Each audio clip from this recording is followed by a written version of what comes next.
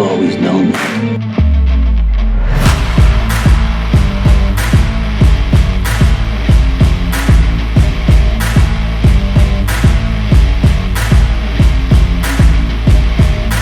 Drop the gun and get on the ground.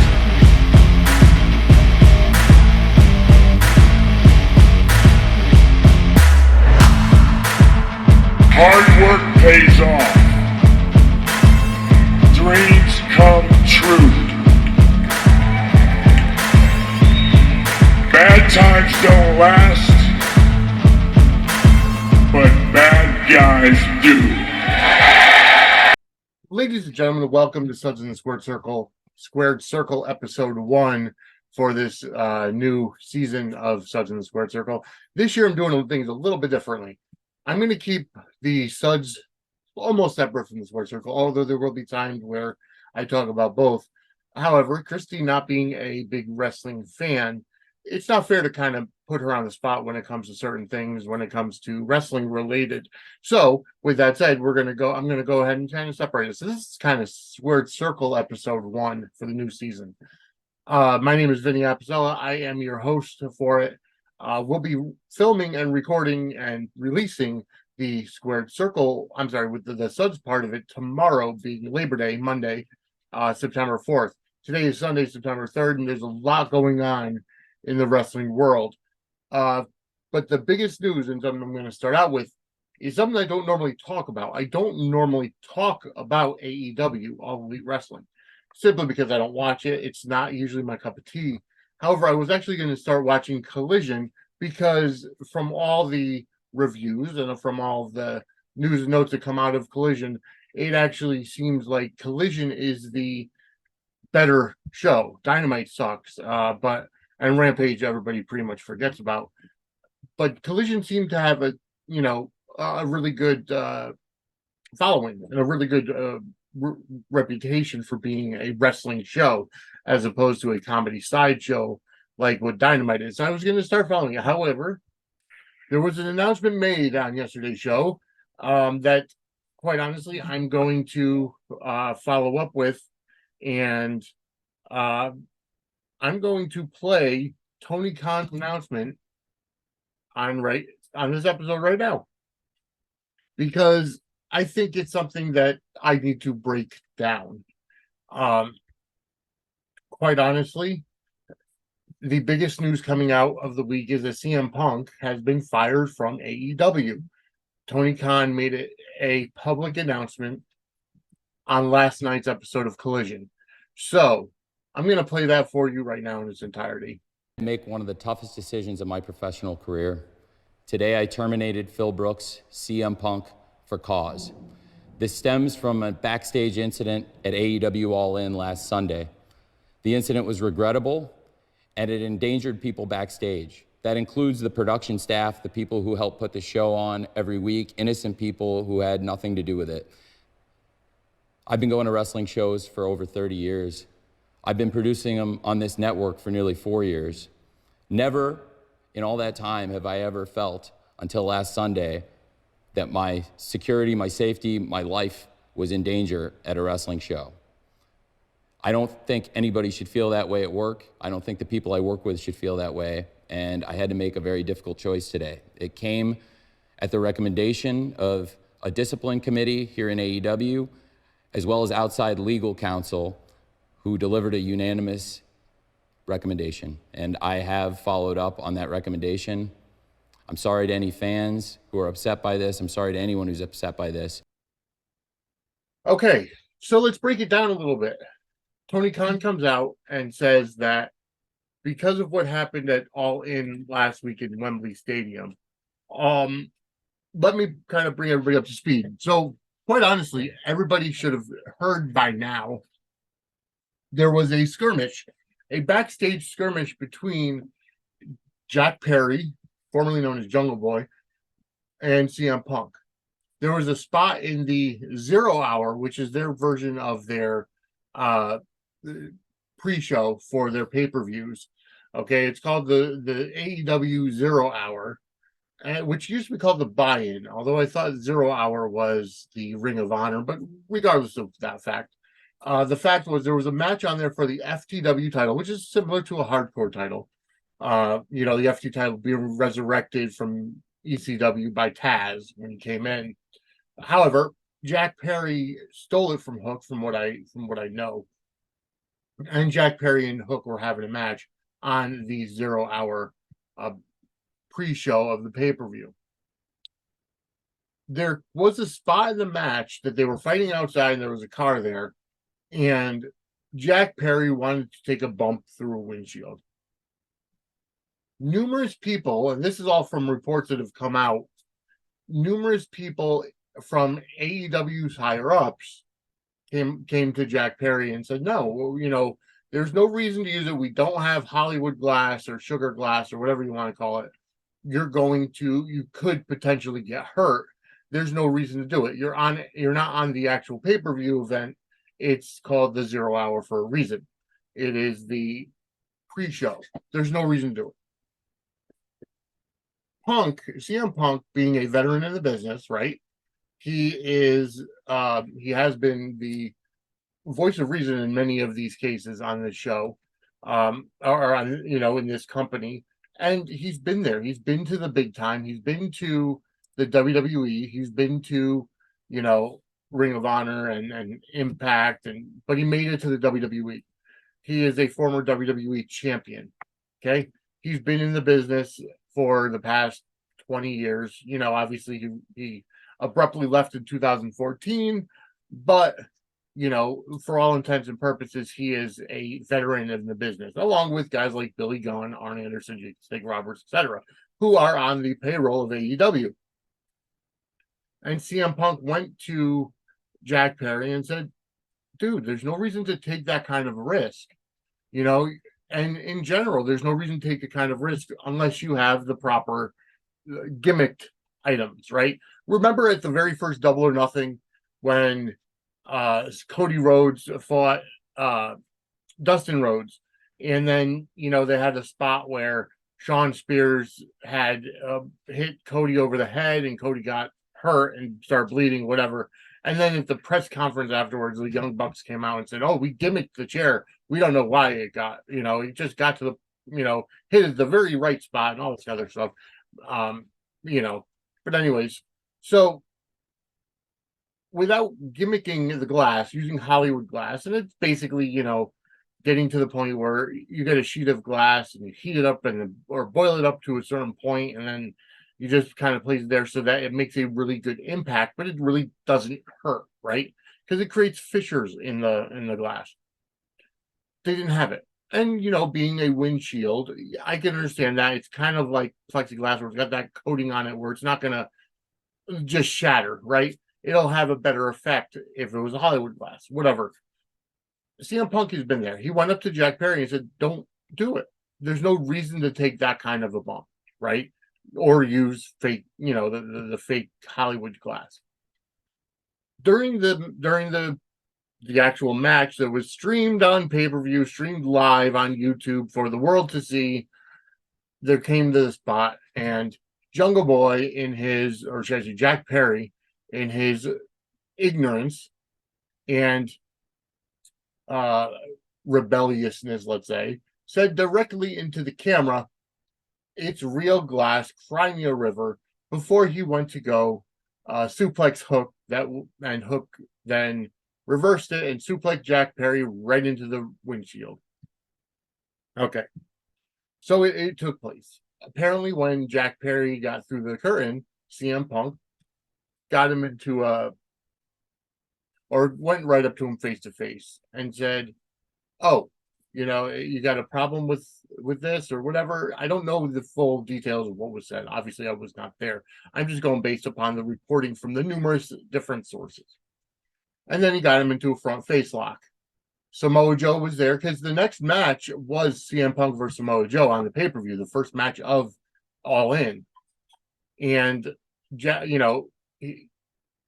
Samoa Joe got involved and said, "Hey, it's not worth it," what have you. And then apparently CM Punk lunged at Tony Khan and said, "I quit." Okay. I quit, whatever. It's the same kind of BS that Tony Khan allows to happen.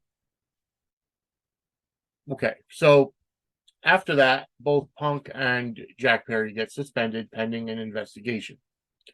That was all publicized, that came out. In this recording now,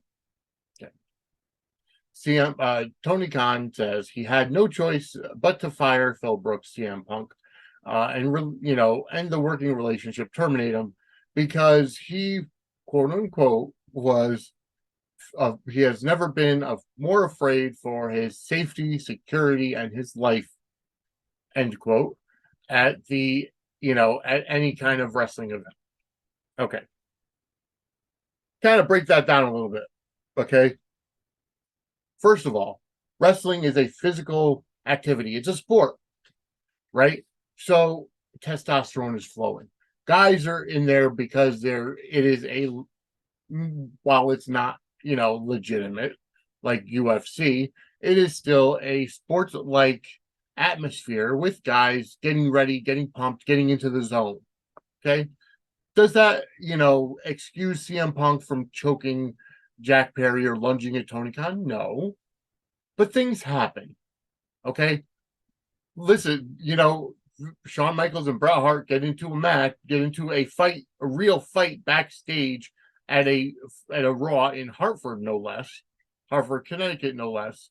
And they go ahead and Shawn Michaels actually storms into the writing room, Vince's office, with a handful of hair that Bret Hart pulled out. They went through a wall. It was Jerry Lawler and Sergeant Slaughter, I believe, that got them, separated. Shawn left the building on his own accord. Was he fired? No. Was Bret Hart fired? No. Were either one of them suspended? No. Okay. And that's because Vince McMahon knows that things happen, right? Okay. CM Punk also had a lot of detractors at AEW. Well, remember Brawl Out last year after the All Out pay-per-view I believe it was in Chicago, no less.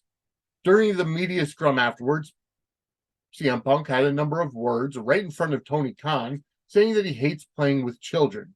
This goes back to a shoot interview that Hangman Page did live on the air back in May or April of 2022, that he mentioned or went around the bush saying that CM Punk is the reason why Colt Cabana hadn't been on TV. First of all, CM Punk also came out and said, no, I never had anything to do with Colt Cabana not being on TV. Adam Page has to, learn what he's talking about before he makes comments. And also the thing is that, he said he hates working with children, people that bring the stuff that's in the backstage out to the front, and kind of went into the situation between him and Scott Cole, aka Colt Cabana, that happened years and years ago when they were, on a podcast, and Punk was talking about his walking out of WWE and what was going on there. There was a lawsuit that ensued, their friendship over, money got in the way, whatever the case was. All right. So CM Punk after that, the EVPs, the Young Bucks, the Buckaroos, and Kenny Omega, Twinkle Toes, decided to go and attack CM Punk in his dressing room, no less. Instead of just saying, hey, we don't like what you said, but whatever. They went in and they attacked him in his locker room afterwards. There was a big skirmish. Apparently, Ace Steel, who was in the room with Punk, bit Kenny Omega or whatever. And, they were trying to save the dog get the dog out of the way, and someone's wife was involved. Either way, it was a big brawl out. It went on last year, and it happened. So, with that said, fast forward to, a couple days later, where Punk, Omega, and the Young Bucks get suspended, and Ace Steel gets fired. Okay, needless to say, CM Punk had a torn tricep from the match that he had that night with Jon Moxley as well. So he was going to be out for an extended amount of time, anyways. By November, the Elite, the Bucks and Omega, were back on TV, like nothing happened, and Punk was kind of floundering. He kept trying to contact the Bucks and Omega to try to get this problem situated, and the Bucks hid behind their attorney and said, you cannot contact them unless it's through an attorney. Okay, that's the first problem, is that these guys are supposedly in their 30s, they're adults, and instead of sitting down with somebody you work with to make sure that they get you to work together, because I guarantee you, if you had even at All In or Double or Nothing or whatever it could have been, if you had CM Punk and FTR against the Bucks and Omega, you draw a lot of money with that type of a feud. There were numerous wrestlers that came out in support of CM Punk, like FTR, like Miro, and then there were the camp of the Bucks and Omega, like Jack Perry, all the indie guys, right? I think Jericho even, sided with the Bucks and Omega, but at least Jericho was a man about it and said, "Hey, let's talk. We can probably make money with this somehow." Jericho and Punk have had a feud since the WWE days, so it is what it is. But the fact of the matter is, instead of being like adults, the Young Bucks and Omega decided to hide behind their attorneys. Fast forward to May of this year, June of this year, they get a new show that this Warner Brothers Discovery wants on a Saturday night at 8 p.m., which is like death for any kind of show. And that means they were going head to head with WWE Premium Live events on Saturdays. But nonetheless, they get the show because Warner Brothers Discovery specifically said they wanted CM Punk on the show. He's the biggest name they have in the building, in the company. Jericho's probably bigger, but Jericho's been around this entire time. Punk had been off for 9 years or 7 years, whatever the case was. Yeah, 7 years. But here's the problem. Okay. Now we run into a big problem. All right. Now Punk is back. He's working with FTR. He's working with Jay White and Juice Robinson. He's working with Samoa Joe, guys that he trusts. I get that. He's a big name star, and it's been proven in this company that there are people that are detractors against him even being in the company. So he picks and chooses who he works with. He gets things accomplished. Comes back to a big pop, big ovation. They're going to be at All Out in Chicago. The first episode of Collision was in Chicago. So ultimately, Punk is the biggest name that's in AEW. But here's the thing. Now Tony Khan supposedly said that his life, his safety, and his security was threatened. He's never been more afraid. All right, so I got to break that down a little bit. Vince McMahon, okay, who by far has revolutionized the professional wrestling industry. I'm not going to say that I'm a Vince McMahon apologist for stuff he does outside of the WWE. Am I under the assumption that he shouldn't be writing every day? Yes, of course. He's 76 or 79 years old, whatever the case is. He's definitely not in the demographic that are watching the TV. But you can't take away from what this man has done in the wrestling industry, in the business. If it wasn't for Vince, there would be no AEW anyways. If it wasn't for Vince buying WCW and ECW and theoretically having no competition, and then Tony Khan comes away with, $100 million of his inheritance before, and creates AEW. That's the only reason why AEW is around, because there were certain people that did not want to work with the WWE. Twinkle Toes and the Buckaroos being a couple of them, because they couldn't go with their style, because they're really not as popular, they're not as big, because they don't work the WWE style. But regardless of that fact, okay, Punk now gets fired. But here's the thing. Why was Tony Khan afraid for his life? He's been in the background. First of all, if you're in the back, the backstage at a wrestling event, I know he's working gorilla, right? He's working the gorilla position because he's the head producer. the head writer, he's the head everything, head idiot in AEW.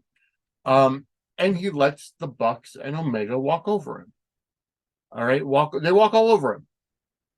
There's nothing else to say about that. I do have to give him credit. He finally made a decision as a leader of a company. He did fire somebody who, caused chaos in the backstage area. I wouldn't say that he was a cancer to the backstage or whatever. He's a cancer. He was only considered a cancer because of the simple fact he pointed out the bullshit that a lot of these indie-minded guys have, and that's all it is. They are independent wrestling minded. They don't know how to work on a national stage or an international stage for that matter, because all they care about is getting in their spots. They don't care about selling. They don't care about psychology of wrestling, right? And that's been one of the major reasons why I haven't watched AEW, especially Dynamite. Collision gave me pause. Collision, I listened to the reviews. I listened to a lot of people say, "Oh, it's so much different." I would have started watching it. Not anymore. Now I'm not even interested because it's going to turn into Dynamite 2.0. You're not gonna have to worry about having certain people on certain shows because of the simple fact that Punk is no longer there. I guess Jack Perry was removed. I guess Hangman Page was removed from the building a couple weeks ago. Because of the fact that Punk was there, and Page has no problem going off script and getting into a shoot on TV and bringing the backstage stuff out. There's one thing to say that if you do have personal heat, it would make money. Matter of fact, Jerry Jarrett in his office back in the territory years during Memphis Wrestling had a sign in his office that said, personal problems create money, or something to that effect. Of course, I'm paraphrasing, but that's what it comes down to. If you're able to put your stuff together and be business minded, you can make money together if you have personal heat. You just have to be professional. And now I'm not going to deny that Punk was unprofessional, but at the time he's like, listen, this idiot wants to go out there and get suplex through a windshield that's real glass. Back in the WCW Nitro era, back in, I want to say it was 98, 99, 99, maybe early 99, when NWO 2000 was a thing. Bret Hart, Jeff Jarrett, Hall and Nash, Ron and Don Harris, the bastard child of the NWO, basically. Well, Bret Hart runs out. Goldberg is chasing him. Goldberg is supposed to pick up a bat and point and bust out the windows of the limousine that Bret Hart gets into using a baseball bat. Says no, and this is well known. He says no. He'll use his arm to do it. Well, what happened? He sliced his arm and almost lost it because of the amount of blood and where he sliced his arm. The artery that was sliced, he almost lost his arm because of it. So when there's a lot of veterans on your roster and you're not taking advantage of their wisdom, like many of these indie guys, Hangman Page has said publicly he doesn't take any advice from anybody who's been there. He'll do things on his own. Well, that's a problem. When you're getting into a business now, AEW is about almost 5 years old, I guess. Well, almost 4 years old. And you get to a point where if you're new in the business, that's the whole point of like the Japanese, they have the young boys, because the young boys learn from their mentors, from the veteran. That's how you learn. But instead they have a mindset, an indie mindset, that you're doing us a favor by coming in to work on our show. No, that's not it. Guys like Billy Gunn and guys like Ricky Steamboat, who's there this weekend, guys like Jeff Jarrett and Jake the Snake Roberts and Arn Anderson, these guys have been there, not only through the territories, like some of them, but in the WWE. They've been to the top. They are here to make you better. But if you don't want to listen to the advice and then somebody gets hot at you, sometimes that advice may not be what you want to personally hear, but that's what's best for business. That's what's best for your company. And probably what's best for your health as well. What would have happened if Jack Perry went through there, sliced part of his arm, and got that same artery that almost had Goldberg lose his arm? It's always a possibility when you're working with real life stuff that, and weapons that aren't, gimmicked or whatever the case may be. So that's the unfortunate truth to what is going on in AEW. The fact now that AEW fires Punk, right? They're already right now at a viewership of 400,000 viewers, maybe 700,000 on a good night for AEW Collision. Last, the August 5th broadcast, this is from Forbes. The August 5th broadcast of Collision went head to head with SummerSlam and only garnered 417,000 viewers. Right, the week prior before that was 739,000 viewers, and they've been at around 739. However, WWE Payback was last night, and it's a WWE. WWE had much better storytelling than AEW. Although AEW has its niche fan base, I'm anxious to see what the ratings were for last night's AEW, especially with the fact the very first thing that Tony Khan came out with was the fact CM Punk was fired. And I can guarantee you there were more people that left in droves, and we'll see what that is. And this was a show that Warner Brothers Discovery specifically asked for. Amazing that it came to this. But here's the thing. Matt Jackson last night on Collision, well, one of the Jackson brothers, was seen doing a victory lap in the wrestling ring after the show went off the air. Last night, Dax Harwood faced Jay White from from Bullet Club Gold, and then after the match, Jay White and Juice Robinson are beating down on FTR until the Young Bucks came and made the save.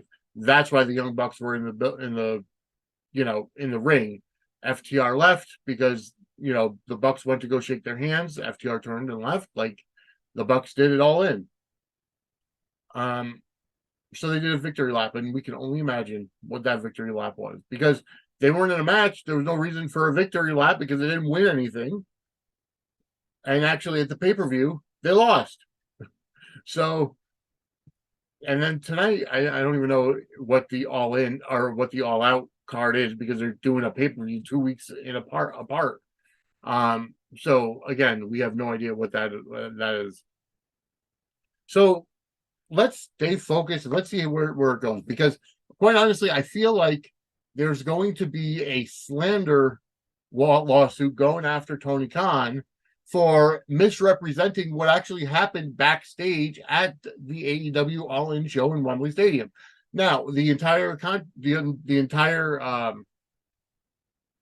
fight that ensued was actually caught on video at Wembley Stadium security cameras. And come to find out that the committee that Tony Khan made reference to consists of Tony Schiavone, Aubrey Edwards, Matt Hardy, and I think one of the other referees Christopher Daniels, who's head of talent relations. They're all friends of the Bucks. So CM Punk had a target on his head, and it was utilized. Sad, very sad. We'll see how it goes. I'll keep an eye on AEW going forward. So we'll see where that goes. Now he said that was with cause. I don't get it. Here's actually what Tony Khan put out on X. Following and this is a quote, this is on ESPN actually. AEW statement, which was issued on X, and Punk's wrestling and employment contracts have both been terminated. Following the investigation, the AEW Discipline Committee met and later convened with outside legal counsel before making a unanimous recommendation to Tony Khan that CM Punk be terminated with cause. Now, I don't know if it's going. I know they said with cause because that helps with any kind of potential employment lawsuits. But at the same time, if you actually look, if you're looking at the footage, if you're looking at what the situation was, Jack Perry is the one that was in the wrong, in my opinion. He was told numerous times by upper management of AEW not to do a certain thing, and he went out and did it himself. So I'm hoping that Jack Perry is the next person not to lose his job. Now, I'm sure there's political strings there, because not only is Perry the son of the late Luke Perry, and I'm sure he's got tons and tons of money that he could persuade Khan, but also he's friends with the Young Bucks, and the Young Bucks are EVPs of the company. So we'll see where it goes. We'll see. We'll keep an eye on this developing story. All right. Next up, WWE Payback was last night on the 2nd of September, live from the PPG Paints Arena in Pittsburgh. And quite a bit happened. We only had one title change. The first match on the card was a steel cage match between Becky Lynch and Trish Stratus. Fantastic match. I recommend you go out of your way and watch the entire card. But definitely this match was great. Trish Stratus has not lost a step. They had some throwbacks and callbacks to the past, with Trish using the Widowmaker from Victoria's finishing move. And Trish has actually been a very big component of Victoria getting into the WWE Hall of Fame. So hopefully she gets in very soon. And then Becky Lynch used a twist of fate, that Lita used to use, and because Lita was the one that Trish stabbed in the back and attacked, so she could have the spot with Becky defending the women's championship match titles. And then afterwards, Zoe Stark came to try to help Trish. She got stuck in the ring, and then what ended up happening was Lynch got Zoe Stark with the manhandle slam, and then a super manhandle slam from the top rope, or from the top rope on Stratus to earn the victory. And then after that, Trish started blaming Zoe Stark for her loss, and Zoe snapped and hit her with a finisher, a Z360. So Zoe Stark is going to be moving up. I like to see Trish Stratus stay with the company. I heard it's, she is going to be with the company for another kind of feud, unless I wouldn't mind her being in a feud now with Zoe Stark. From what I heard, Becky Lynch is going to NXT to be in a feud with Tiffany Stratton. I don't know, but that's what I've heard. The next thing was a promo for our host, John Cena, back in WWE for the next couple of months while the actors are still on strike. Cena came out and cut a decent promo in which The Miz came out to interrupt. And eventually, John Cena announces a special guest referee for the next match, which happens to be The Miz versus LA Knight. LA Knight got the victory. After that, Cena gave him his seal of approval. Up on the stage, he basically did what The Rock did for him back at WrestleMania 29, was it? 28? When Cena beat The Rock. Next match was Rey Mysterio defending his United States Championship against Austin Theory. And Rey Mysterio retained the title. Not much else really went on during that match. That was a clean victory. I've heard rumors that Theory and Grayson Waller might be joining as a tag team pretty soon. That could only pick them up. That could only get them to the next level by teaming together. I think that might be actually a really good pairing. The next match was Finn Balor and Damian Priest taking on Kevin Owens and Sami Zayn for the undisputed WWE Tag Team Championships. And Finn Balor and Damian Priest of the Judgment Day add to the gold count of the Judgment Day by winning the Universal Tag Team Champions. They join Rhea Ripley, who's the World Women's Champion, and Dominic Mysterio, that's the NXT North American champion. So there's a lot of gold right now in the Judgment Day. Could we be seeing JD McDonough actually join the Judgment Day? He's been getting involved in a lot of Damian Priest and Finn Balor's matches. Apparently, he's the uh, the next in line to join. So we'll see how that happens. It was billed as a Steel City Street fight, which means basically no rules, no countouts, no DQs, and Priest and Balor won. As always, Kevin Owens was a star of that match. The next situation, or the next wasn't the next match. The next segment was a Grayson Waller effect show. Now we know Grayson Waller had started his Grayson Waller effect the first time he came into SmackDown instead of wrestling, is because he had something wrong with his leg. He had an injury. That's why he's been doing the Grayson Waller effect so much. However, he has wrestled since, so he is back to normal. The guest was Cody Rhodes. Cody Rhodes did say that he has a lot of pull in the WWE and announced the newest member of the Raw roster, main event Jey Uso. We knew that Jey actually didn't quit WWE. However, he's now going to be on Monday Night Raw. All right. Next match, Raquel Rodriguez taking on Rhea Ripley for the WWE Women's World Championship. And to no one's surprise, Rhea Ripley held on to the title. She is the future of the women's division, as long as she doesn't go to Hollywood. Last but not least, Seth freaking Rollins defeated Shinsuke Nakamura to keep the WWE World Heavyweight Championship match. I could care less about this match. I'm not a fan of either one of them. I would have liked to see Damian Priest come cash in on it, but he didn't. Seth Rollins wins. He kept the title. And that's pretty much all I can really say about that. I'm not a fan of Seth Rollins or Shinsuke Nakamura, but whatever. All right, guys, thanks for listening. I went over the Squared Circle information today. The Suds part will be released tomorrow on Monday, on Labor Day. So I hope you enjoy the weekend. Do some grilling, do some cooking out, have some hot dogs, hamburgers, ribs. Go out there and have fun. Stay safe if you do drink. But we'll be back. We will be back tomorrow with the Suds part right here on Suds in the Squared Circle. Enjoy your day, everybody.